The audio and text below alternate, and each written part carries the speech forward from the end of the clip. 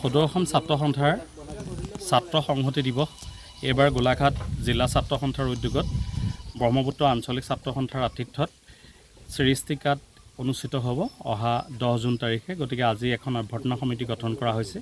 প্ৰায় এই অভ্যৰ্থনা সমিতিত আজি প্ৰায় 500তকৈ অধিক ৰাইজৰ সহযোগিতাত এখন অভ্যৰ্থনা সমিতি গঠন কৰা হৈছে, সভাপতি, কাৰ্যকৰী সভাপতি, সম্পাদক হিচাপে লৈ।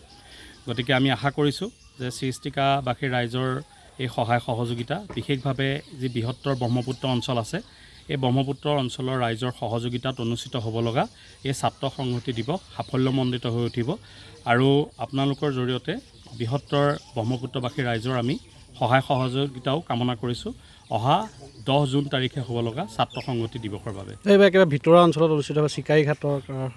হয়, আমি সদৌ অসম ছাত্ৰ সন্থাই বিভিন্ন সময়ত আমি ৰাইজৰ সহযোগত আমি বিভিন্ন অনুষ্ঠান আয়োজন কৰোঁ আৰু এইবছৰ কেন্দ্ৰীয়ভাৱে আয়োজন হৈছে এই ছাত্ৰ সংহতি দিৱস। আৰু এই কেন্দ্ৰীয়ভাৱে আয়োজন কৰা এই ছাত্ৰ সংহতি দিৱস এইবছৰ আমি এই গাঁৱৰ ব্ৰহ্মপুত্ৰৰ একেবাৰে কাষত থকা এটা অঞ্চল চিৰিষ্টিকা, গতিকে এই চিৰিষ্টিকা অঞ্চলত আমি আয়োজন কৰাৰ চিন্তা চৰ্চা কৰিছোঁ। গতিকে আমি গাঁৱত আহি গাঁৱৰ জনসাধাৰণৰ সহযোগিতাত, তেখেতলোকৰ অভিভাৱকত্বত এইবাৰ এই ছাত্ৰ সংহতি দিৱস আয়োজন হ'ব। গতিকে আমি এই সময়খিনিত সকলোৰে সহায় সহযোগিতা বিচাৰিছোঁ।